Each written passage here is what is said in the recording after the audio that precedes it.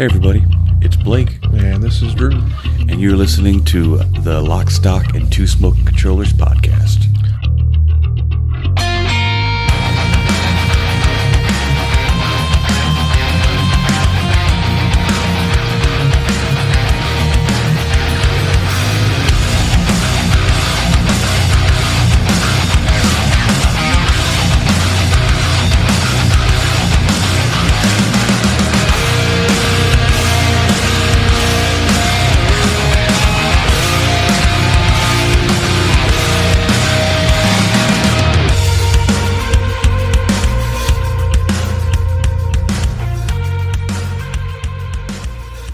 What's up, everybody? Welcome to episode 151. We hope y'all enjoyed hearing from Jared once again, And Cody. and some new insight and stuff about Resident Evil from Cody. We always appreciate Jared coming on, and of course we appreciate those guys letting us use their music for the intro to our podcast. Remember that they have us tour dates right now. We actually have podcasts coming out before their tour dates for a change. Mm-hmm. So go to their website or their social media, and you'll see a couple of tour dates. We're going to be seeing them on November 7th. If y'all should come to that, me and Blake will be there. Our cousin / podcast editor Brian's going to be there, and our other cousin and his wife Daniel should be there from the channel we promote, his Zukovia's channel. We're all maybe Brian's and Daniel's first Emerge shows. Yeah. It's really exciting. So y'all should come out there and say hi and give Jared a big hug and all that good stuff. And it's gonna be a great show. For us, you can follow us on just all the social media stuff. We barely use it, but you can definitely try. Our email address, or the main thing we really care about is the Twitch streams. You can come see those at the twitch.tv/Two Smoking Controllers. Every basically 9 out of 10 Wednesdays we play games there with our cousin Brian. Right now we're working through Earth Defense Force 2020. I'll just call it 5. I forgot. Some of the other ones had years on them. I think the first one was called 2025. The one first we played, it's funny to think we're in 2020. Was it 2025 or 2029 or something like that? Yeah. One of the weird EDF games we played back in the early 2000s that assumed we would be completely overrun by giant bugs in this year. Mm-hmm. It's pretty funny. It's surprising. Worse things are maybe happening. Who knows? Yeah, worse things. So we're playing EDF 5. It's just good arcade fun, blowing bugs up, blowing up buildings, and fighting frog humanoids that look just like us. That's a joke you'll only understand if you watch the streams. Yes. So yeah, come to those every Wednesday. They fall onto once Blake gets his hands on them. They do fall all those streams and all other streams we've done fall onto our YouTube channel as well. If you want to catch them afterwards on there. Let's see. We also have the Patreon and the store, of course. The Patreon episodes are just early and unedited. Also put the videos, our guest videos, so the video with us and Jared and Cody are all on the Patreon. We don't really use the videos, so I figured you need to put them somewhere. So that video is on Patreon. I'll say the store has all the stuff you think it does. It's there. So buy some stuff. What else? I think that's probably it. 'Cause we want to get into this because we're this is what we call those palette cleanse episodes. This is sort of a JRPG, I'll call it JRPG palette cleanse of games that just weren't going to make the podcast originally, but we want to talk about them each briefly. Sorry, Brian, you got to find songs for three different games. They're all 2 of the 3 are pretty well known, so I think you won't have too much trouble. Maybe the one Blake's talking about might not be too hard to find a song for. So I say not going to. I'll say weren't going to make the podcast. The one I'm going to start with, and I think Blake knows which one I'm going to start with, is one that had all intents and purposes of being its own episode, because we've been having episodes about the franchise. So the first one I want to talk about is Wild Arms 3.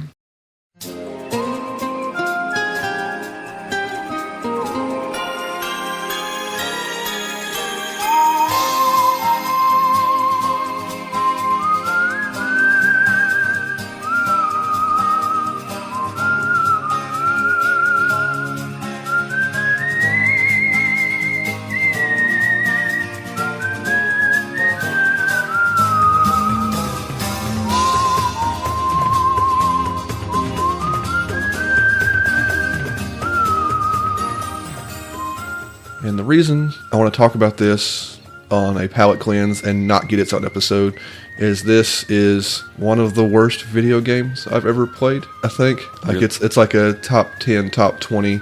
I mean, I played some bad games. So this isn't counting games that are You just could say RPG. RPGs, but so yeah, definitely one of the top 10 worst RPGs maybe.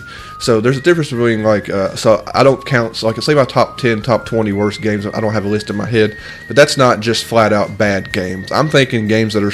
My thing is games that are supposed to be good, and games you thought were going to be good, and games that maybe people just think are good that turn out to be really really bad, and you don't ever see any posts about them being really really bad.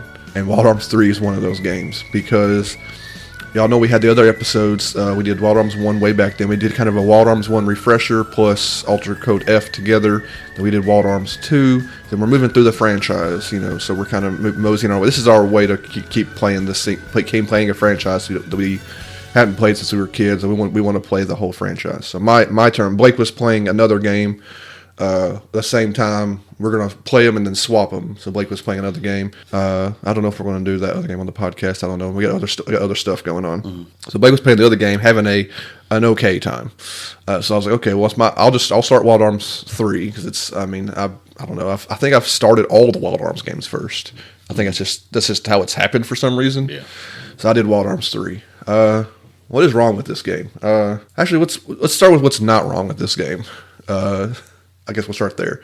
It looks awesome. Mm-hmm. Like it has a distinct graphic style that's different from all the other Wild Arms games. It's a massive leap. I think it looks even better than Alter Code F. I don't know the release order. I don't know if you do off the top of your head. This came later, after believe. Alter Code, probably. And one of the cool, speaking of the art stuff, it's 2 companies. Actually, one's called B Train Productions, and the other one is called PA Works, and they did the art. They did it together. It's still Media Vision, though, isn't it? Yeah. But they did the art style and the cutscenes and stuff like that. Yeah. Specifically, like they invented the stuff. B Train Productions is primarily a CG based production company.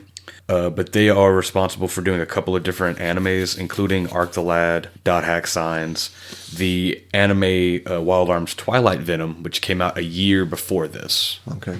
I don't think none of those animes look anything like this game. No, not necessarily, but they are distinct art styles. Mm-hmm. And then the PA Works, the only thing they've worked on art-wise, including animes and movies and stuff, it's just Professor Layton. All the video games, the movies, animes for Professor Layton.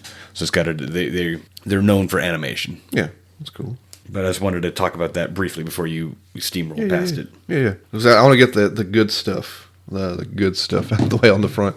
So the game looks really cool. It looks especially cool. I did not see another game that looks like this one visually. It does. It's not like not that even Wild Arms doesn't have a style. Like you could have Final Fantasy. I guess you look at a modern Final Fantasy game, you're like, oh, that's a Final Fantasy game.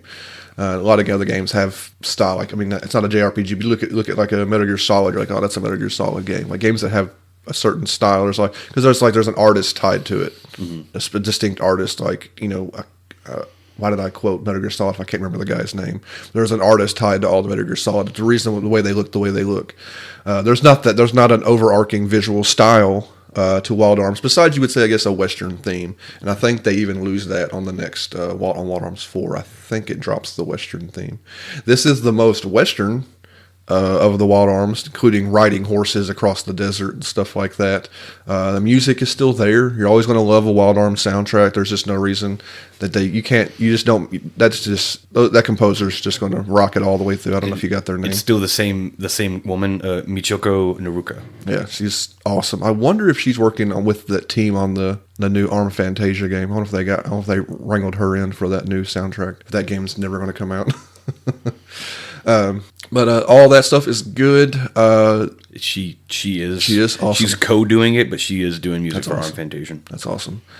The combat system, I guess, is probably fine. I saw a post recently about this game, and it was like a praise post, but like it talked negatively about the speed of the combat. None of the Wild Arms combat is going to be fast. We're talking classic turn-based RPG. The combat's fine. The combat's not interesting per se, and I think this is of Wild Arms 1, Ultra Code F2, and then this is the worst version of it. Mm-hmm. The people are they don't have very many unique abilities, and this one leans really heavily into magic. And then when there's one character who is so bad at magic they can barely cast it, and I was like, why not make all of them good at magic if you're going to lean so heavily into this? Because Wild Arms supposed to be about their weapons, and it's crazy you have 4 characters in this game and they each have guns but do not have unique abilities to those guns. It's really irritating. They have other stuff that's unique to those guns but not unique abilities, which is strange. So the combat is that seems silly because there's a wide variety. It's not everyone just has like a pistol. Like there's 4 dual revolvers, a sniper rifle, a machine gun, and a sawed-off shotgun. Yeah. So there's 4 unique weapons, but they have varying degrees of hitting rate and how many times they attack and stuff you can adjust. But their skills, their force skills, which we talked about in previous games, I'm not going to dig into that, are what those were unique to other characters, especially in Wild Arms 2. They were very distinct to the characters. Oh, for sure. Not at all in this one. I think they all have one that might be kind of for them, and then the rest of their skills, they're all match. Just really boring. That's lame. So there's that. So why does this game? We got 3 games, so I'm gonna move through it. So why does this game suck so bad? Blake can hear me cussing across the house. Gosh, I don't know where to start. What I say? Wait, when's the last time you played a game that actively does not want you to play it? Yeah, I can't think of one off the top of my head, but I know there are some. Anybody ever experienced a game that you're playing this, and I was like, and you're thinking like, this game just like wants me to turn it off. Like it's so irritating.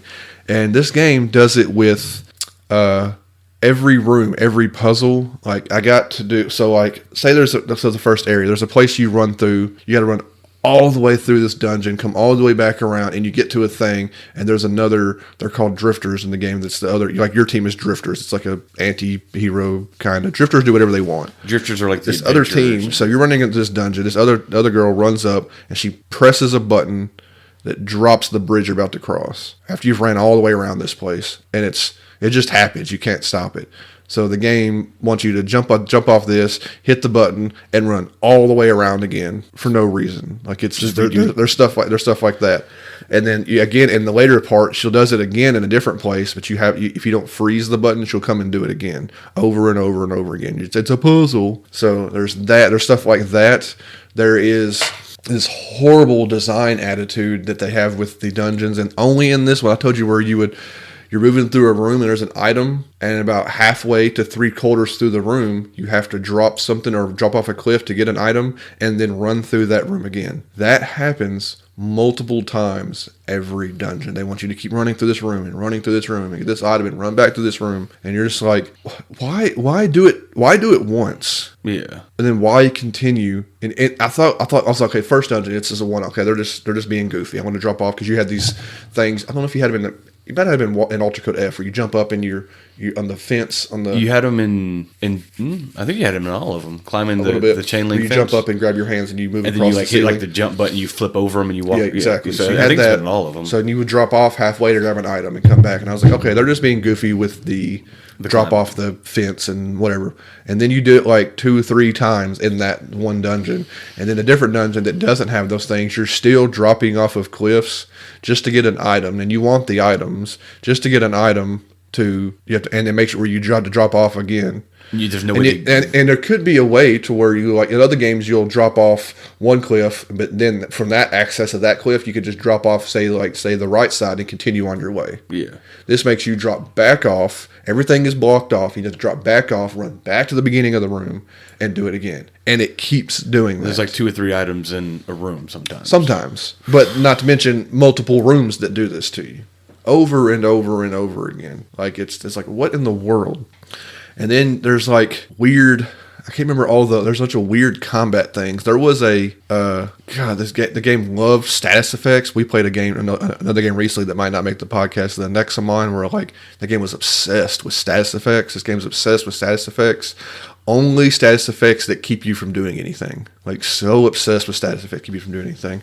But there was this one, this one dungeon that I went through, one of the last ones I did, and I was about to quit there because of it, because it happened to me. I had a guide warn me. It's like, there's an enemy in this dungeon that it'll use a move on you called eject, and it eject you from the battle. I was like, well, I've had that before. He said, yeah, it's like when it ejects you from the battle, it puts you at the beginning of the dungeon. I was like, why? That's awful. Why would you do that? And it happened to me one time, and I was like, is this where I think I told Blake, I think I walked there and told you that every dungeon, I think this might be the one. And this is talking, I played for a while. What did I play? I played a whole weekend, so 15 anywhere from 15 to 20 hours. So for like a couple, like 3 or 4 days, over 3 or 4 days. And I think I told you, like, in every new dungeon, like, this is a game of dungeons. Wild Arms were games of dungeons. So every new dungeon I walked in, I was like, this might be the one where I quit. An hour later, I was like, this might be the one where I quit. An hour later, I was like, this might be the one where I quit, because this sucks over and over and over again. And I can't even remember all the other bad things that happened, but I did get ejected from that dungeon one time. And luckily, guess what? I was on a, when I got ejected, I was on a drop-off, run-back-around thing. So I was near the entrance, back at the entrance sort of anyway, when I got ejected from battle. So I was like a room away, and I was like, that sucks, but whatever. You know, I was already kind of on the stupid loop anyway, and to go back in, and I got through it without that part. I should have took more notes. I was always mad all the time. I've never been so like consistently irritated. Like I'm mad at game. I get mad at Dark Souls. One of the things I do know that increased your frustration is when we did Wild Arms 1 and 2. Is they were ports, PC ports. So there was like ROMs, yeah. So there was some slight quality of life features, like, oh, if you fall off a cliff, you can just rewind 2 seconds and not fall off. This was a straight port. Yeah, so there's a batch of PS2 games that come out way before this whole classics push.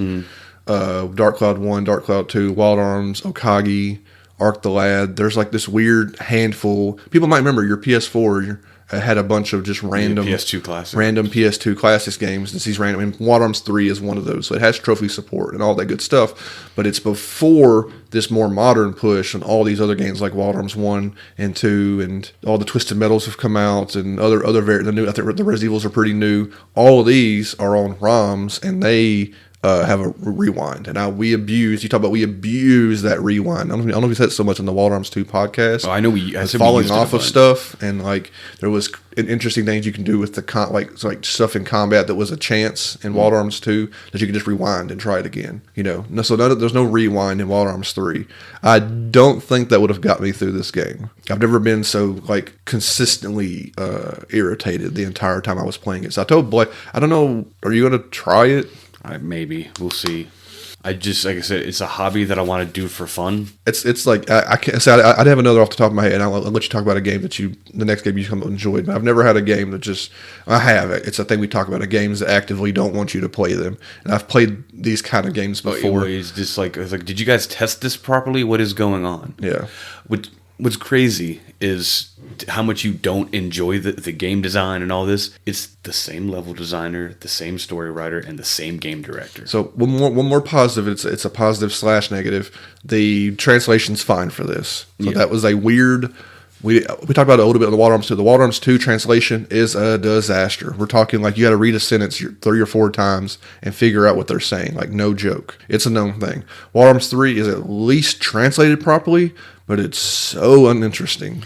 Well, it's funny you say that because a lot of the things that you're saying, I looked at some of the reviews and stuff, and all the people praise the story. The in-depth character story, because every character gets their own thing. It goes through a really cool arc, and it even finds a way to connect itself with Wild Arms 1 in the later half, where you encounter some villains from 1 that have come back. That's cool. So I didn't get far enough for the other characters to have anything to say. Yeah. The game is so wrapped around Virginia, which is the girl. The game is so wrapped up in Virginia for the first 15 to 20 hours. It says like the second half of the game, it does like a big flip twist. Like I think Wild Arms 2 did that too. We're like Odessa's not really the bad. It's bad.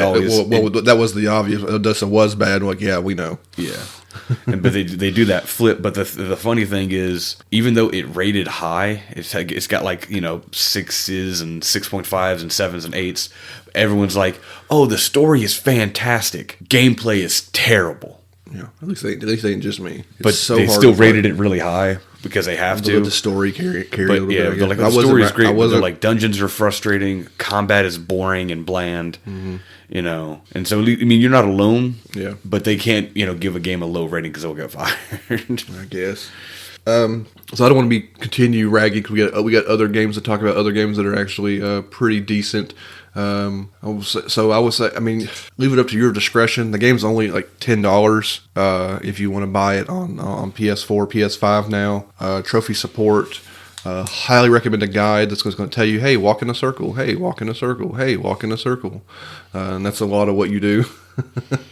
Riding on horses on the world map is kind of cool. You do get into combat, and you're on the backs of horses running along beside enemies who are also running. It's kind of goofy, but kind of cool at the same time. And I said, if you want to hear, the people always say some of the best JRPG soundtracks next to a Final Fantasy would be a Wild Arms soundtrack. Next, we'll pivot to Blake, who played a game. This game was never going to make the podcast just because it's super. I mean, I know Obscure is like the name of the game for this podcast. This is a game we bought forever ago, and I was back when I was really just buying everything I can get my hands on that had a steelbook. Yeah.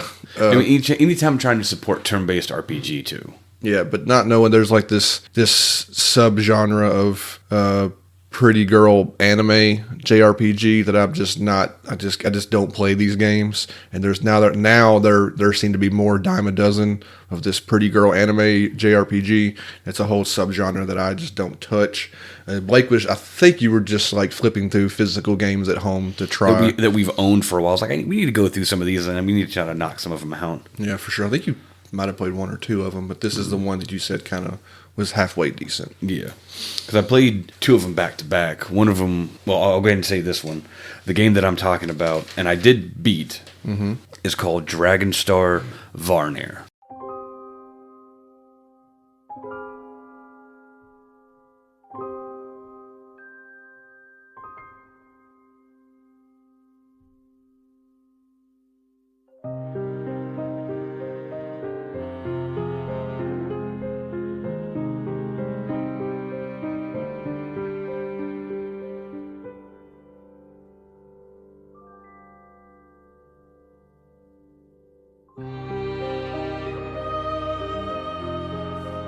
And it's published by Idea Factory, who owns the developer, Compile Hearts. Mm-hmm. Compile Hearts, I think, is the one who makes a bunch of these pretty girl JRPGs. Yes. As of, I was kind of looking into Compile Hearts and stuff. They have a bit of a tragic history where the original company called Compile went bankrupt. Mm-hmm. And some of the core people stuck around and were purchased after they shut down the majority of the company.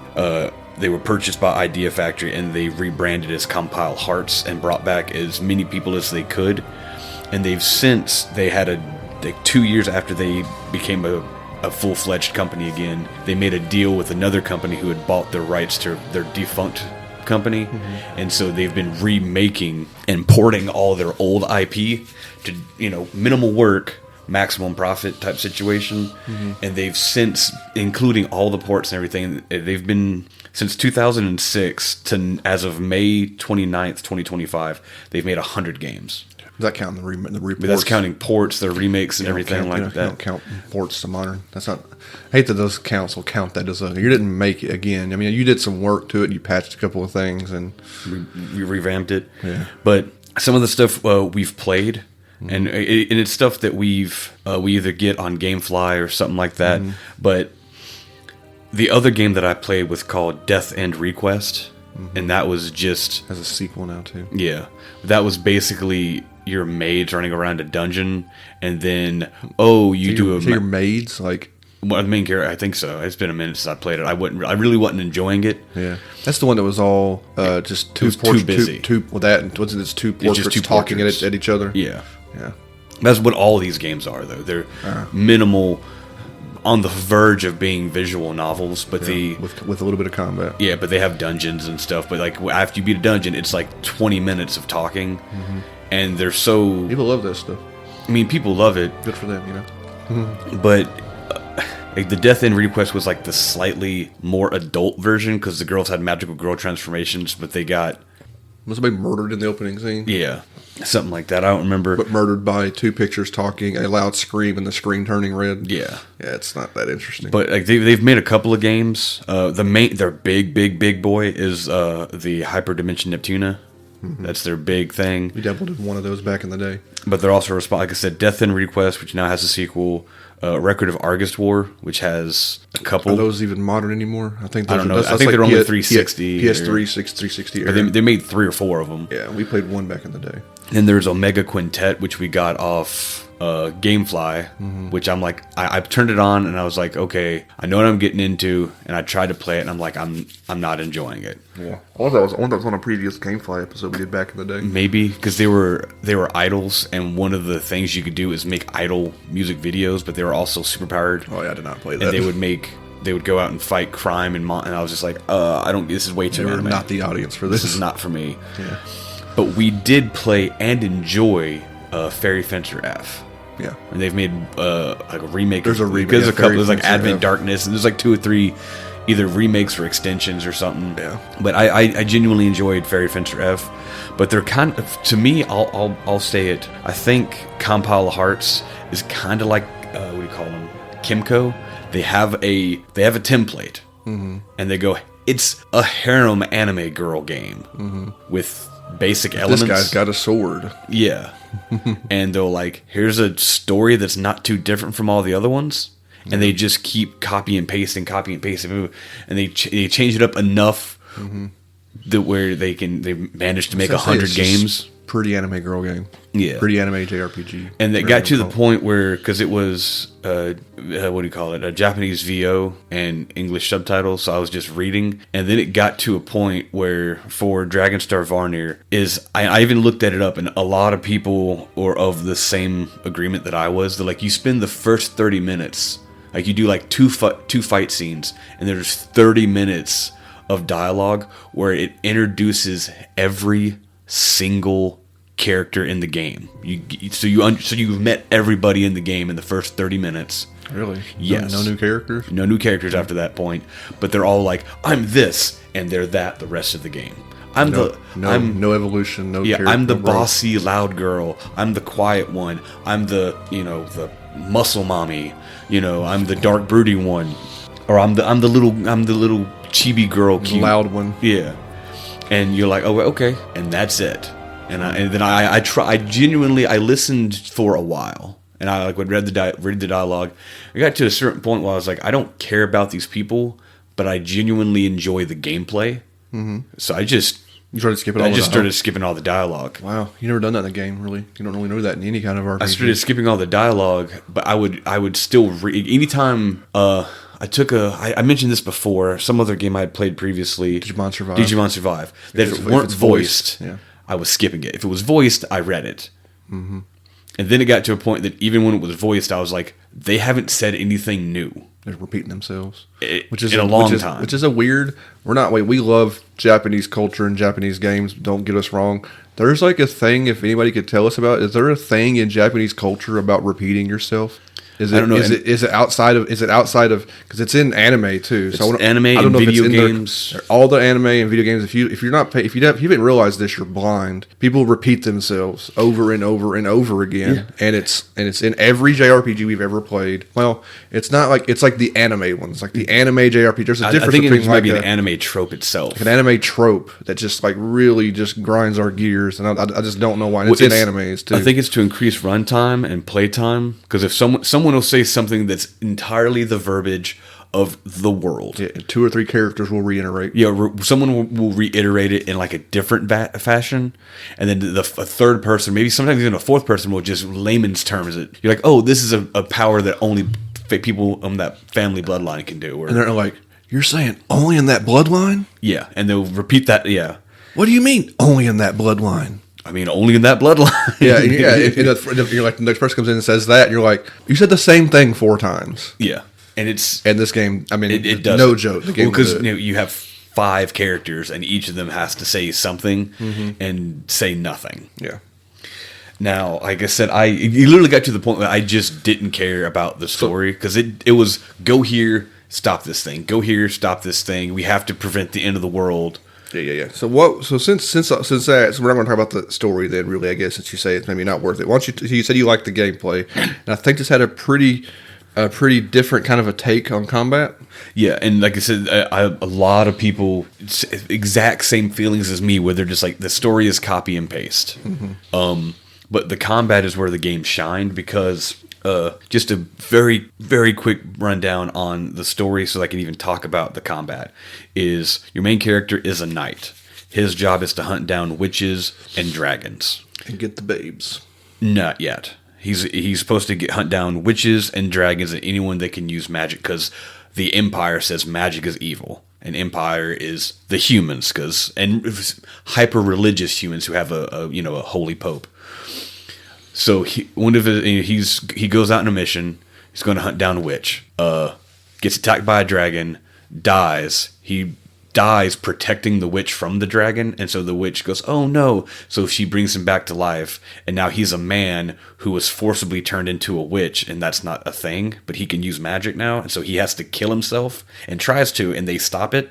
Like, you can't kill yourself. And he's like, "What? I'm a magic user. I'm the spawn of Satan." Blah blah blah. And they're like, "What are you talking about? I saved you." And he's like, "Yeah, but use me for your evil deeds." And eventually, he has a change of heart and realizes. Brainwashed goofball. Yeah, and realizes that the Empire is actually evil and they've been using magical beings in like scientific experiments to elongate their lives because they're monsters. You mean the religious group's bad? Yeah, right? What? Exactly. What? And so every girl is distinct. You can look back. Oh, that girl's wearing a red dress. She's the fire character. That girl's wearing the blue dress. She's a water character. And it's not black armor. She's the dark character. Yeah. And your main character uses a sword and is your light character. Sword? Yeah. What? How did I call that earlier? I don't know. How could I have possibly known your main dude would have a sword? I just can't. I mean, maybe I should play the lottery. And because everyone's a witch, there's a cool when you run around the dungeons. You can run around the dungeons, but when your dash is the character pulls out their weapon, their broom, and they fly. Yeah, your main character, because he's flies on his sword. I think you told me. He surfs on his sword. I think you showed and me it's that. kind of cool. You showed me that. Yeah, you got to loop around. It's generally kind of fun. Like moving around in the game and playing the game was fun. Yeah, listening to them spout nonsense was so boring. Yeah. At least you enjoyed it. So. Yeah, but part of his ability. For his unique ability from what happened to him when he died, they brought it back to life. He's a unique, special person. It's like, he can devour dragons. Tasty. And in so doing, you unlock. Basically, this is Blue Mage the game. Oh yeah, you mentioned that before. Because everyone has their base abilities. Mm-hmm. Like I said, that's your wind girl, that's your fire girl. So she has that. Only he can devour. Well, they can all devour. Okay, well, so he's not unique. That's why he can devour, is because they're. I'm a little confused because they separate dragons and witches. Yeah. But they're dragons who are witches because you can turn into a draconic form, which is your magical transformation. Your magical girl transformation, including your main character, where they like Sailor Moon, and they're turned like they get blue armor, green armor, based off whatever elemental dragon they are, and so you eat other dragons, and it's every enemy in the game is a dragon, some sort of dragon or drake. So you kill and eat and devour every enemy, and every character has to do it. You can't. It's not just like one person does it and everyone gets it. So everyone has to eat. So you're like skipping turns and like swapping in your other characters so that make sure that everyone eats. Is there a percentage to the success of devouring? Okay. And it depends on how hurt they are, what element they are, and then there are different bites. There's like the wind bite, the higher chance of catching the wind-based dragons, and so on and so forth. And then you can just have it's complicated. Not really. It's the only problem. The only thing that makes it complicated is you have to have prior knowledge and have that particular bite equipped. Because yes, everyone can learn everything, but you can only have 10 active skills equipped. But you can have access to all the passives. So that's when you start building. This guy's my light guy, so he needs to be doing the light damage. This is my dark girl; she needs to be doing the dark damage. And so nobody has a unique moveset then. Not necessarily. I mean, they have like each person has like a singular unique move. And their weapon type, I guess. And then you build on Everybody can be that everything. base. See, I don't like the... Well, we've had these discussions in the past, and we don't like the quote-unquote, not a job system per se, but like a system where everybody can be anything. Final Fantasy... if you break Final Fantasy X, it kind of becomes that. People lose their uniqueness. We prefer unique characters who have unique abilities. Yeah. Again, like my Wild Arms 3 comment, I want them... In previous Wild Arms, each would have skills only they could do. I prefer my characters being unique. Yeah. But as you're going through and unlocking, the main thing too is like, yes, everyone can learn everything, but they do have unique stats. Like they have a unique way of, I'm getting all these passive, like, oh, this gives me extra 10 defense or extra 50 magic points, but it's their base percentages don't change. So I can't have my dark girl, the girl in the dark armor uses spears, slinging magic, because her magic stat is awful. Even with all the extra boost, it's still awful. So she needs to be doing the physical fire spells and the physical so it stuff. has a bit of a uniqueness to There's stats. just to stats. Yeah. But it does help you build, and so there's that going on, and everyone's learning everything. But probably the cool thing about it is this. They call it air battles, because because your characters are always flying, and the majority of the enemies that you fight, like I said, are dragons, so have some form of winged based flight or just levitation. Yeah, I didn't know you were always flying in combat. Yeah. You don't start on the ground. I know you're about to explain there's a tiered combat. There's different tiers. But you're never on the ground. Never on the ground. Okay. So it's air battles, and there are 3 different tiers. There's low, middle, high. And certain enemies can't go, above a certain tier just because their wings aren't strong enough, or they just don't fly that high. And some of these drakes don't have wings at all. But some of the larger bosses have like weaknesses, like their tail is their weak point. So you want all your people to go down the low tier and take out the tail. And then once you take out the tail, just like in other games where bosses have body parts, if you take out the tail, it loses like its tail swipe ability, or it loses a particular ability. That's pretty cool. And you can break it down, and eventually to where they only have like one set of attacks that they can do, because obviously the head's the strong part. So would you be able to be, say you broke the tail, would you be able to hide in the low area and not be attacked? Not necessarily. It just depends on what attack he's going to do. It'll completely cut off the tail attack. Mm-hmm. And certain bosses, no matter what attack they do, it hits all 3 levels, like it's a breath attack or a big arm swipe. But like it increases your chances of yes, sort of. Yeah. So if he's gonna, he won't be using the tail attack, or he won't be using the tail magic attack. He might still use tail swipe, but it affects the flow of combat in a fairly meaningful way. Mm-hmm. And of course, the only thing that you don't have to devour are bosses. They automatically drop their dragon cores, and a boss would drop their dragon core, and once they drop it, everyone has access to it. That's the only break to the rule. Now, one of the things is, like I said, I mentioned that there being like this weird harem thing going on where you can have relationships with all the girls, and then at one point there's 3 young dragons. Young girls who are dragons, and you have to keep feeding them other things that you find out in the wild. And this is the part that I gave up on, because it requires so much micromanaging that it's not fun. To the point where like I couldn't finish a dungeon. It's like I'd go in here, I get to my next save point, leave out, feed the girls. Come back, go to my next save point. I'm coming in and out, in and out, in and out, in and out, trying to keep these girls hungry. You have to walk back out, or you can teleport with the I can teleport back out with one of my characters has an ability. I don't know if I had it right away. I think I stopped doing it because I didn't have the ability right away and I was having to run out. But these 3 little dragonlings, they determine the ending that you get. Whether it's madness, normal, or true. And if you want to keep them fully happy to get the true ending, you can only lose like one of them, because if you don't feed them, they go to their succumb to their hunger and turn vicious, and you have to kill them. I stopped caring about them, so I killed them all real early on, got their dragon cores, and solidified myself in getting the madness ending, which literally leads everyone to the ending where the main character snaps and kills everybody. And he goes, why have I done this? If only it would be different in a different time. And then you can start New Game Plus and do it. I'm not doing that nonsense. Plus, once I realized I had solidified the madness ending, I really did not care about the story. Because I'm like, then what I do is going to be bad. But I'm also not playing it 4 times to try and barely do that. playing it once. Yeah, but I genuinely enjoyed the combat. I liked the grinding, getting everyone to learn all the passive skills and being able to customize my move sets and stuff like that. And yeah, like I said, it's the story was so bland and so simple that I don't even remember it because it was not worth remembering. Yeah, that's that dime a dozen kind of JRPG, the anime JRPG stories. Anything else good or negative you want to say about it? I'm double checking now because the game, it was broken into like episodes, of course, and then the affection meters, minimal grinding. Okay, so there's trying to think. There's about 11 chapters in the whole game, and I have my core team, which is like me and 3 other girls. I'm like, knocking out, doing good. And then at the end of chapter 7, they're like, hey, here's a brand new character. And I know that you've been eating all the dragons, and so you have all these skills that this character doesn't have, so now you have to go get them for this character if you want. No thanks.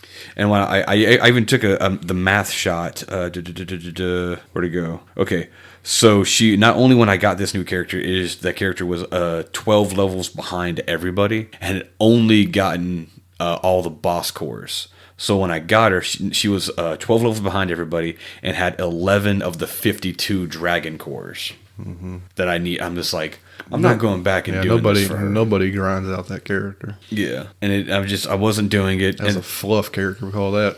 Yeah, and then like you said, it was again the latter half of the game. Around, like I said, I got her around chapter 7, and then around chapter 9 I have here is status effects started becoming a very serious thing, including stun, paralyzed, and confusion. And then what's crazy about status effects sometimes, I don't want to get too into a tangent.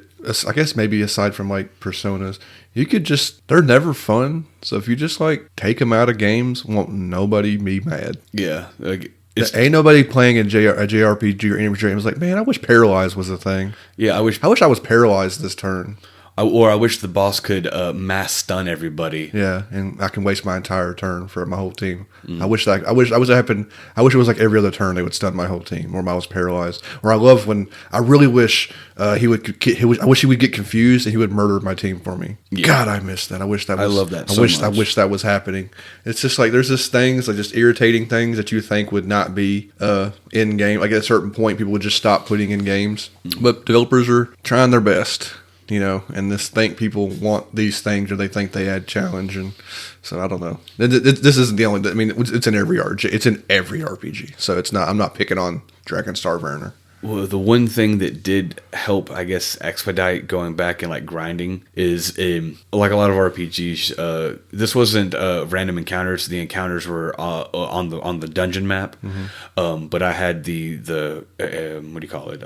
First strike. Thing. Can you attack them on the field? I could attack them on the field, but once I got to a certain strength level, 2 things. Either because the dragon would get like an exclamation point and try to attack me. It'd get a question mark and just kind of like wait. It wasn't sure, or it would do like make like a noise and have like a bigger like exclamation point, question mark, exclamation point, and try and run away from me because it was scared of me. Yeah, because your level was higher. Because my level was so high. But I forget exactly which point, but starting after a certain point, I was able to first strike them and kill them and get outside of combat. Outside of combat and get all the rewards. And if my girl who had just did the kill, she got the core. That's awesome, actually. Yeah. That is so rare in the games. Like, that's like 1 in 100 games will have that where you can attack them outside of combat. No, scratch that. She didn't get the core because you have to devour. But if I had gotten all the enemies, that's a huge difference. Yeah, I forget. But we could still get all the reward, no combat. So I only had to fight combat if I wanted to. And then, of course, once I got her, I was like, well, I guess I got to fight every combat. Yeah. But I did really like that with the being able to hit stuff. Yeah. So this is, again, super rare. Yeah. Again, like I said, I couldn't care about you couldn't pay me. This is for specific people. Like if you like anime harem JRPGs, and with a seemingly unique take on combat, you might actually like Star Varnir. Varnir, Varnir. I don't keep an eye on it. I'm guessing it's routinely on sale. So you think it's $20? Yeah, easy. You'll get some joy out of it. Yeah. And people will like this way more than this is for a niche of people that would really, really love this. Yeah, like I'm looking, because I took a screenshot of some of the other reviews just to iterate. Like, the battles are never rote. The combat is good. The battle system is where the game truly shines. Criticizing characters never reaching their full potential. Too much happens at the very beginning. Every character is introduced in the first half hour, hurting their character development. Simplistic, flat characters, combat system, and tactical components are dope because no one cared about the story. Yeah. It was all about the combat, which I 100% agree with. Budget fan service, JRPG with good combat, lame storytelling. Fan service, that's the term I forgot about, yeah. I call it pretty girl anime game, but it's fan service is the technical term. Yeah. The industry term, I guess, fan service game. All right. Like I said, it was fine. Yeah. I did guarantee I'm not playing anime girl. Oh yeah. Well, I imagine me skipping a lot of the dialogue cut down in my playtime and stuff, but I still managed to put in 27 hours and get 66% of the trophies. And it's not available on Xbox. It's PS4, Windows, and Switch. Hey, if you want to play the worst version, Play it on Switch. play it on Switch. All right, you want to talk about this last game? This last game, So is it a bit of a stretch to call this one a JRPG? It's a loose stretch. This game is very anime because of the striking visuals, which people will immediately recognize by R.I.P. Mr. Akira Toriyama. It's possibly one of the last things he did art for. it says it was one of the last things he worked on. Yeah. But I think he was also working on either the Super manga or the actual Dragon Ball Super. Mm-hmm. This is... oh, you wouldn't even say the name of the game. So maybe action JRPG tank battler Sandland. It calls it the action role-playing game. Yeah. You interrupted me. Sorry. Sandland.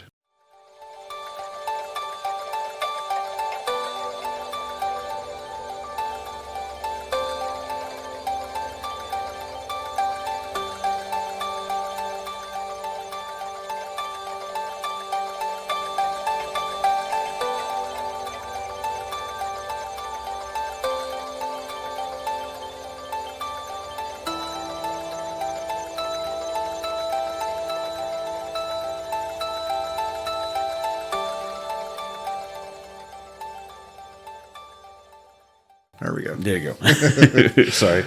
Sandland is, like you said, it's a very distinct art style. You get Dragon Ball Z, you get Dragon Quest, and you get Sandland And Blue Dragon. So he don't touch a game. Well, I mean, he does the entire Dragon Quest franchise. Mm-hmm. But it's always interesting. It's kind of fun to see his artwork just pop up in something new that ain't a Dragon Quest game.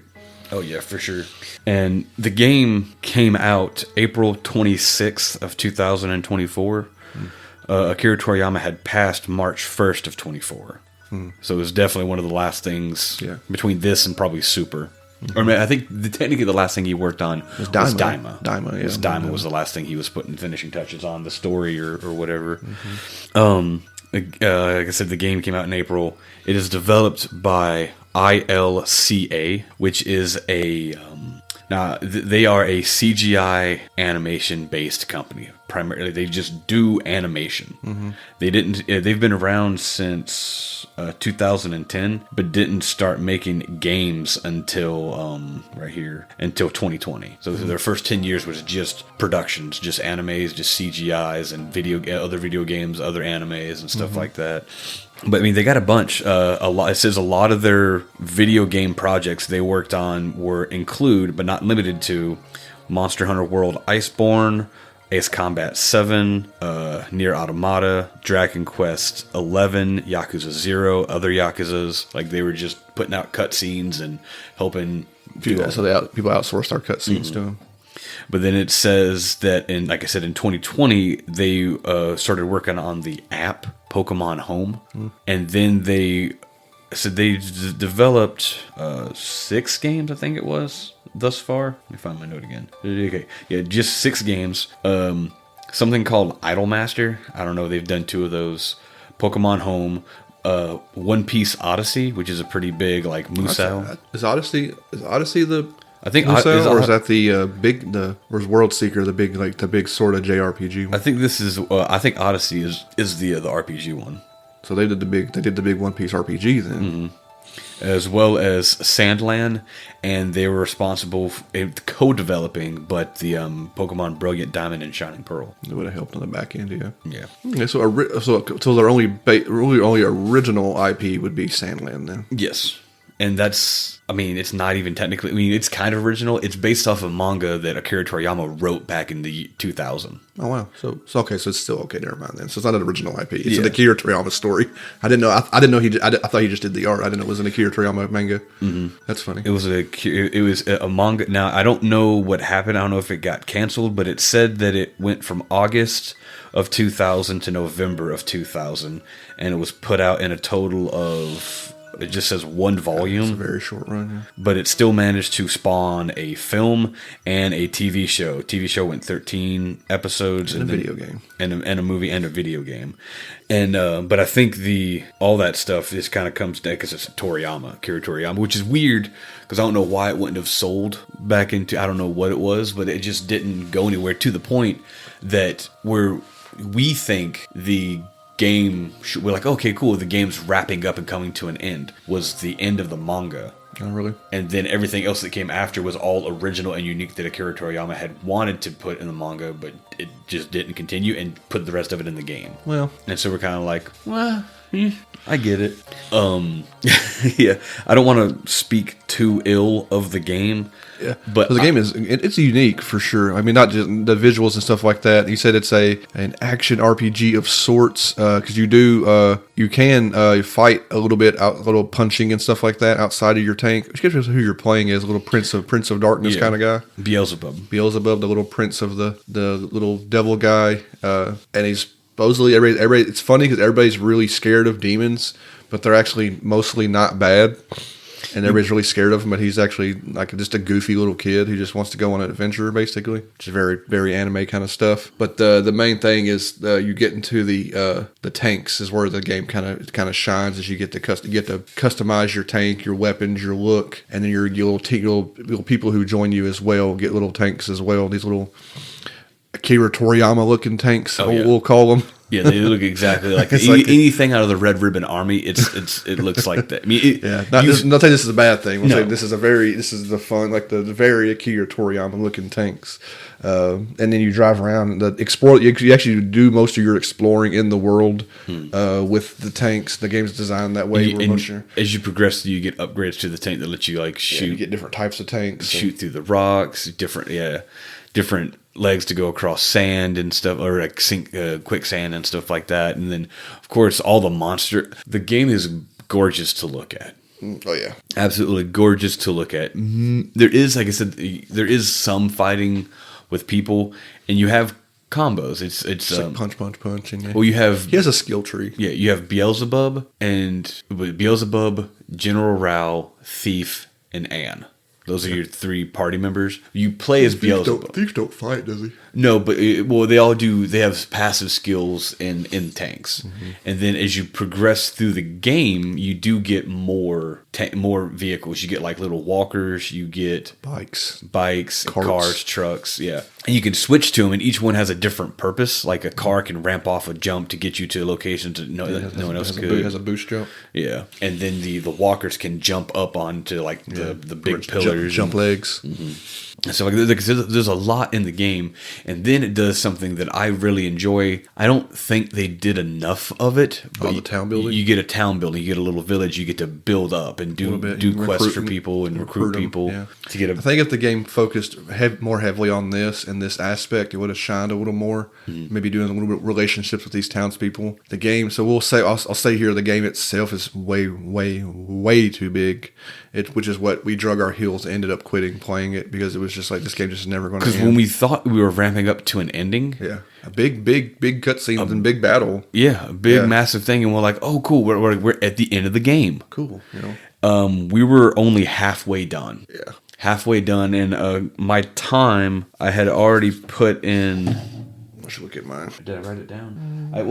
I say that, but I only played for 24 hours. 24 hours. I got 20 of the 51 achievements. Let's see what mine is. Oh, and just an irksome thing is the game is entirely voice acted in English, and it's very well. It's good voice acting, but there was no auto setting. I had to hit the A button whenever everyone was done talking to continue the conversation. I'm like, if you're voice acted, let me turn on auto and let it go. But I had to press A. It doesn't really affect anything, but just constantly having to press A to continue the dialogue, and especially in this day and age, and you're voice acted, why isn't my option just click, press the select button for autoplay? But having to, I don't know. That was just a tiny little irksome. It's just a weird thing that keeps happening in games. Yeah. I was just playing of all things, and I quit playing. I'm not getting into it. I was just playing Hades, and Hades you have to hit the button every time. Yeah. That's a game about talking. Yeah, I don't get it. I don't know. I mean, that's not about talking, but it's a big deal in that game. And there was your little, I don't know if it's your world map theme necessarily, or just you're driving around, your tank theme was just fun. The music was fun. I hope I should be able to find either a particular theme, but I specifically did note the driving around theme was really good. So hopefully I can find that and help Brian have that. So you're going to help. You ain't going to help him. You're going to make him do it on his own. Which is fair. He needs to earn his keep. Let's see. Where's my Sandland stuff? Come on. Just type in Sandland at the top of the search bar. I got a new phone, and it's like making me remember my passwords and stupid crap. I had 20 and a half hours. Yeah, mine was 24. I think I played a little further than you did. The TA, now take this with a grain of salt. The TA completion is, for all your achievements is 60 to 80 hours. So It's just like I cannot play this. And that involves like getting all the parts, unlocking every, probably maximizing all the relationships in your town and doing all this stuff. And then there's like some challenges, some tank challenges, some like race. Oh yeah, there's like a stupid race. God, there's always a race. Anything with a vehicle's gonna have a race in it. Yeah. Like they made a massive world that you can spend hours and hours in, and it looks good the entire time you're there. Everything, like you said, yeah, just playing too much. But let's see. I want to say there's a big story spoiler that I want to talk about. I don't want to do story spoiler so much for this game, but like, there's a big reveal or something General Rao did. Oh, it turns out it's early enough. Yeah, but it's still a pretty relatively big story. It's early enough that this character, he's just Sheriff Rao. Well, he was General Rao. Yeah, at this point in time, he's just Sheriff Rao, and he's helping you on your mission. Well, you're helping him, he's helping you. Kind of like it's a mutually beneficial. Yeah, because he saw that, because he was trying to help out his townspeople, saw this group of demons who are supposed to be bad people hijack these bandits that were stealing water from these people, took some water and then gave the rest of it to the village that they had just stole from. And General Rao's like, I thought demons were supposed to be bad. Why are these people helping? And then there's like a little add-on that those bandits were actually hired like by the military to go mess with the water supply because they got to control and the supply and demand of the water. And so he ends up tracking you down and asking you to help him take down the empire to bring back the water because he heard a legend or he heard something that there's the great water and we can bring the main plot for a bit. Yeah, we can bring back the great water. And they're like, okay, cool. I get it. Which spoilers, you actually do that and it changes the world. Yeah. Like it fits like it actually like you release the water. I remember, doesn't it? Like you release the water and it actually changes the world. Yeah. Which is kind of cool. Like changes what the world looks like. Yeah, and then you come out, and then it lets you, like I said, the world changes. You go from Sandland, and you can leave Sandland to go to Treeland because everyone in Sandland has been lied to their entire, however long this existence by the government. Yeah, because of course humans are terrible. Always, 100% of the time. Humans are awful. They were controlling the water, and it was awful. you always the biggest story plot is like humans are awful. Yeah, I see. Of course we're awful because why wouldn't we be? You look at around the world. Yeah, we're terrible. So do you remember it's a flashback when you learned that something that Rao did when he was a general? I don't remember the exact plot, but I remember when it played out. I was flashback. Like, he's telling you a story. He's telling you because it's after your first big boss fight with one of the general either Ziyu or Ra. It's the dude with the pompadour. Pompadour, yeah. And he's like, General Rao, after you beat him up, and then you blow his tank up and he team rockets off into the distance or whatever. And then the big boss of them, and not president, whatever. The president, well, I think this is General Zhao, and then the president's just their their puppet. And he's being told it was General Rao. I was like, no, he's died. He died. He died in the explosion.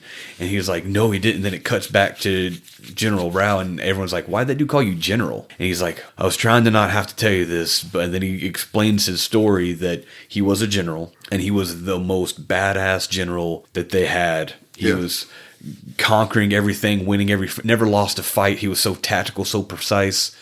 And then he went somewhere and was attacking these people to take their water back, because he was told that they had stolen the water from the government and they needed to be stopped once and for all.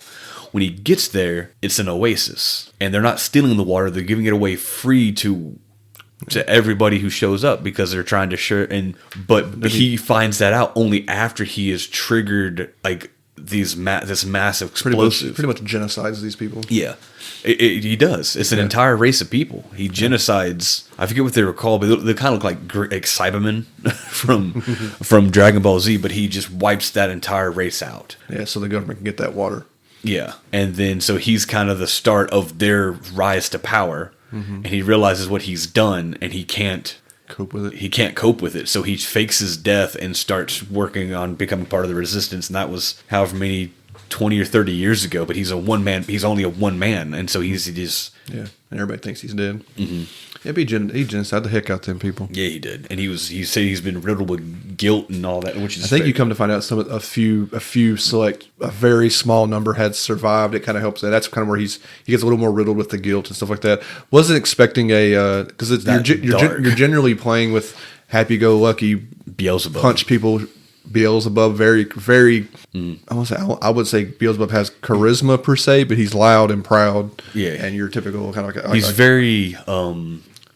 It's funny we're talking about Rao more than we're talking about Beelzebub, but well, because he's just the character. He's his dad, the devil, and he's like, hey, Dad, let's go do some stuff. He's like, oh, son, whatever, and they just have a good time.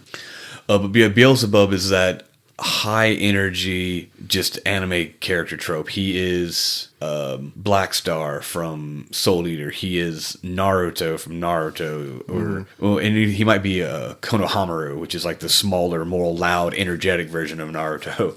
That's just what he is. But the best thing about him, he talks all this smack, but he has the ability to back up. Also, I'm not the biggest anime fan, and those tropes can be irritating. I didn't really find Beelzebub irritating. No, he was somewhat endearing. Yeah, because he was annoying, but like I said, the best part is with all the obnoxiousness is he was able to back up everything he said. He's like, I'm the most powerful demon out of all the demons, ha ha ha.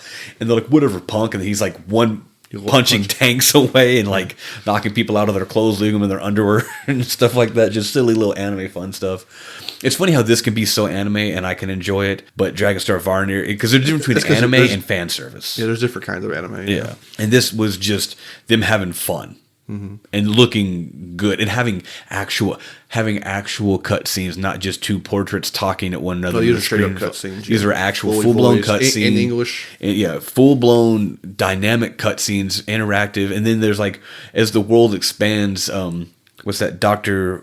Posey. He was experimenting, trying to make their own biological weapons, and he made the insect men by combining the insect DNA with like humans they had kidnapped and stuff like that. Yeah. And then part of it, not only do you have all the majority of the time you're running around the world in your tank, but of course every time you go to like an army base or something, they have blockades or in bunkers, and you can't go in with your tank, so you have to go in on foot. And then that's when they do another thing where they have like a sneaking around, which is kind of obnoxious, but it kind of works. It's weird. We do want to mention like this isn't necessary, but the stealth attack. He just scares them to death. Yeah, he scares them. Well, they go, ooh, and they freeze. I don't think they die, but he scares them to paralyze it's human guards. Yeah. And regular humans who aren't aware that demons are okay, because you meet a bunch and they learn, Beelzebub's not bad. He's like, I'm bad. Yeah. But anyway, most of the bases, and it kind of get to the point where there's like 5 bases on this map, whatever. But the funny, I was kind of like laughing at because he doesn't punch people. He literally goes, he taps them. They turn around, he goes, rah, and they go, whoa. They have that little anime shiver, and they freeze like a log and just fall and petrify and fall back. Over. And I was like, that's funny. That's a really funny, and clever stealth attack. They don't die, but they don't recover. Yeah, they stay paralyzed. Well, I think it might depend on, because obviously I play on super baby easy story mode. Yeah. I think on higher difficulties they actually will recover and walk around and alert people, but I think on easy they just stay paralyzed. Yeah. Petrified out of fear. Yeah, I want to mention that's the most unique stealth attack I've seen in the game. Well, so like I said, sometimes it's like you get caught and then you restart. I think it makes you start over if you get caught. It might have checkpointed, but it wasn't. This isn't like the most robust stealth sections. But it's fairly easy. You scare them, and you get treasure chest for whatever for completing it. Yeah, it's usually tank parts or money or something. Tank parts, money, and or a skill point. Or something like maybe not skill points. You got experience. You got experience for your skill points. Yeah, or maybe like a paint for your vehicle or something. Yeah, customization, tank stuff, or and like I said, different guns because you had tank, machine guns. How about the tanks? Yeah, obviously the tanks is the main cusp of it, and you can fully customize the weapons your tank has. I think there is a weight classes because there's different lot of weights. So you obviously want to have. I typically ran the mid tier. The mid-tier tank, which is kind of the one you get first, where you don't give all the heaviest stuff, but you got the best. You're right. You're pretty quick, and you got a decent amount of different kinds of guns on it, and it's generally pretty fun to play. Like I don't never really remember it being too difficult, and customizing your paint and all that stuff like that. But like a lot of gun customization, and even to like this gun fires a little slower, but it's slightly stronger. Like you can get into kind of the nitty gritty and find the kind of tank that you actually enjoy playing as. And then, like I said, we mentioned all the because your Beelzebub, just like in Dragon Ball Z, capsules. He has capsules. And they can pop out, and then that's how you change your vehicle. And you can have up to 4 equipped. 4? I thought it was 5. I thought it was the D-pad. I thought it was the 4 on the D-pad. Okay. Well, down, left, and right from the D-pad, right? I think. I could be wrong. It's been a while since we played. And, of course, that increases the durability, speed, and depending on which one you're doing has different aspects, like machine guns, flamethrowers, rockets. You're mostly fighting with your tanks. The little carts have little machine guns. The cart actually has a trailer on the back. The trailer has like a mortar on it. You could fight with these, but you're probably gonna want to switch to your tank. Like it's really quick switching. If you're in your car and you hit the D-pad, it just poofs over into the thing. It's really good. The jumping mechs will have machine guns and stuff like that on them. I feel like I'm missing a weapon. Is there a motorcycle? I think I'm missing. There's a motorcycle. Motorcycles for speed to go across the standy part that you can't cross normally. So these all have weapons on them, but there's motorcycle, cart, walker, hover car, walker, tank. I don't think you get anything flying. I don't remember a hover car. I think it's later. It lets you go float across water in the wetlands. So I think that's in the second half of the game. You might have played further than I did. You got 4 more hours. We said. I know. We didn't play far enough. You might get an airplane later. I don't know. I don't think you do. I mean, you do get, because you can already fast travel and stuff like that. And I think if you got a plane or any sort of like helicopter, it would. People want to fly in video games. I mean, yeah, true. I don't know. We don't know if it's in there or not. Yeah, I don't. Assuming not, but As I said, the game is super fun. It is. It does. Is the reason it's too big. It's too big. It is fun, but it does. You're going to get like driving through a place, blow up a bunch of guys, talk to a person. Drive through a place, blow up a bunch of guys, talk to a person. Hop out, run through this base, get an item. Hop back in your tank, blow up a bunch of guys, talk to a person. It is repetitive, but and that only carried us for 20 odd hours. Yeah, and I wish it wrapped up with that big fight. Yeah, which you said it would have originally in the anime, I guess, or the manga. Yeah, and then everything in the tree lands or the wetlands after is all brand spanking new content or whatever for people who were a fan, not in the manga. But yeah, I was like, I want to end this on a happy note. Like I was like, okay, When I literally opened the next part of the map, and it was the same size. That was me. I was just like, all right. Like you said, I want to not be mad at this because I've enjoyed it up to the point where I've played it. I've enjoyed it. I know it seems like if you're enjoying it, keep on playing. There's a Games massive, can overstay their massive welcome. thing of games overstaying their welcome, and I just didn't want. You see, we're not saying too much negative about this game because we ended this game on a high note for ourselves. Yeah, I did not want to. If we kept trudging away at it, we might have not had such positive feelings on it. And now, granted, anybody else, I mean, grab it up. I mean, have a good time, play it all the way through. I mean, maybe you might even experience another part of the the second half, unlock something cool that we never saw. Any number of cutscenes with Beelzebub or Rao and the other characters we hadn't really mentioned as much because kind of the first part of the game really pivots around Rao.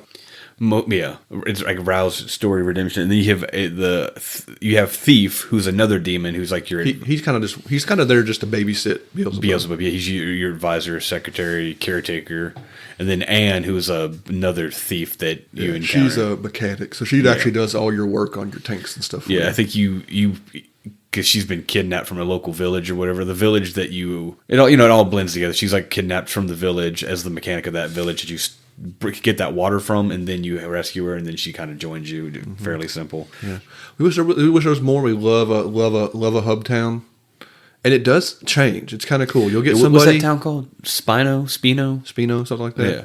The town you'll get somebody and like a new building will pop up and they're like selling new paint for your tank, or they're selling something else, or they're selling something for your I don't remember all the things they sell, so obviously we didn't see them all, so like it is cool to like come back to town, and we love that kind of stuff. Sometimes one of the little more robust, but you come back and there's a whole new building or a whole new part of the town's getting cleared out. And you'll see these in between, like there's like half of a building because I think it's like waiting for the next character to show. You'll get this. It's just like cool as it builds up around you, and so your place to work back to, and you upgrade your tanks and your other vehicles and stuff like that. And you can talk to people and they'll give you quests. Yeah. To go, it's like go fetch this or go kill this guy or go do this kind of thing. It's done pretty well. And the game's not all. So we talked about the Rao thing. It's not all sunshine and rainbows. There's some pretty sad stuff in there. Genocide's generally pretty sad. But one of the things I took note of, there's a side quest and it's called Saving Sis. Mm-hmm. And you go to a town, and the quest giver is like, hey, can you go help my sister? She's been kidnapped and all this stuff. And you're like, okay, we're going to go save the sister. You go through everything. You beat up all the bandits. You get the sister. And you're like, yeah, we're going to reunite the family. But part of that story ends, but time you get the little sister rescued and back to town, the town has been ransacked by bandits and everyone's dead. Yeah. And so your only thing to do is to take that little girl to Spino and give her to like one of the ladies there who, it's like, I'll be your mom because I have daughters already and you can just be part of our family. But like, you're like, that's dark for, how lighthearted some of the stuff has been, besides like Rao's storyline with the genocide. But it's very, like I said, I enjoyed everything that I was doing, but I didn't want to not enjoy it. And like I said, didn't want to double down on that time frame. Mm-hmm. And I get it. I mean, it's a big world, and it feels lived in. It's gorgeous. Like what, 70-80% tank combat, and then like I said, some of these monsters are massive. Mm-hmm. And you've had other big, large, super big tanks. Oh yeah, ridiculous, with like cannons and cannons, like 15 cannons and 20 stories. It looks like 3 tanks stacked on top of one another. It's silly. It's a simple, fun adventure. Mm-hmm. But I was like, I'm ready for the adventure to be done, and I feel satisfied that the ending, and then Maybe I'll go back and play it again if it ever. We don't ever go back. We never go back. Don't lie. We don't ever go backwards hardly. No. Even sometimes when we talk about games, we're like, I can't wait. I might want to go back and do that again. No. As much as we returned back, Returnal. Yeah, I know. I talk about Returnal all the time, especially with Solaris being announced. We talked about, we mentioned it before, Dredge. I was like, well, maybe I'll go back and do the Dredge DLC. It's on sale all the time now. I'm just like, Dredge even came to Game Pass. Dredge is on Game Pass. Dredge is on Game Pass, so all we'd have to do is like spend like $8 on the DLC. I'm just like, I did Dredge. I did all of it. I don't know if I want to do it again. I did enough Dredge. I don't know. If the DLC was there when I played it originally, it's different. But anyway, it's a whole different topic. So yeah, that's pretty much Sandland. Of all 3 of these games, I think Sandland would be the one to go play. They're completely different, obviously, but I would Sandland would be the one to go chase down. It'll be the most bang for your buck. You'll get the most fun out of it, the most spectacle.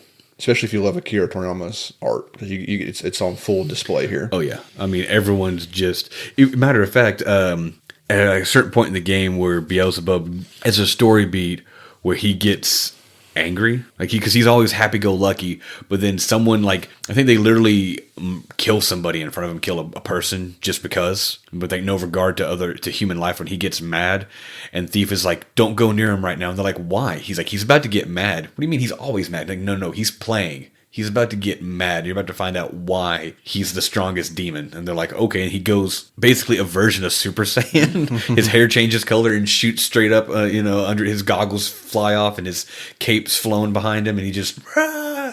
But he's basically like a Super Saiyan, I mean, it's all Akira Toriyama stuff all throughout it. And it's in all the best ways. In all the best ways, yeah. It's super, had a blast playing it. I was after about 25 hours, I was kind of done. Yeah. Those final thoughts. That's it.